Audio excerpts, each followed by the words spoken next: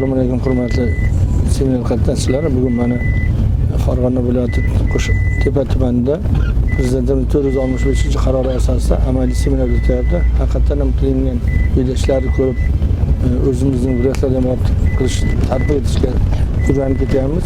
Qilingan ish juda ajoyib qilingan. Mana kanalning bo'yidagi o'zlashmagan joylarda o'zlashtirib, mana va ish usulida uzun orasiga meva sabzavot ekilgani, kalita drenajning bo'yini rashalarda to'proqlar chiqarib tashlab, uni joyiga meva sabzavot, o'rdakchilik rivojlantirgani hamda shuni bilan birga dala chetida ekilgan mevali ko'chatlarni ham borib ko'rdik. Men o'ylaymanki, mana shu qilingan ishlar kelajakda davlatimizning eksport sanoatiga o'zining munosib hissasini qo'shadi va ichki bozorda meva sabzavot bilan ta'minlashga o'zining hissasini qo'shadi deb o'ylaymiz.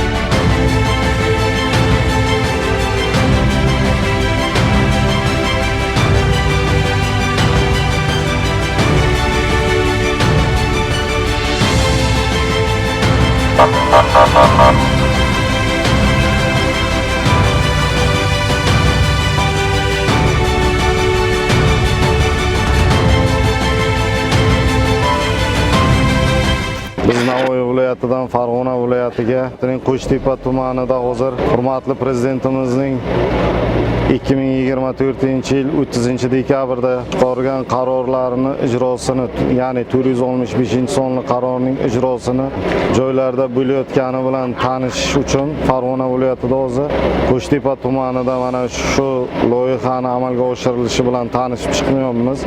Mana bu kanalning atrofida haqiqatdan ham 465-sonli qarorning kanal kollektor drenaj atroflariga, dala chetlariga mevali ko'chatlar ekish bo'yicha yaxshi ishlar tashkil qilingan ekan.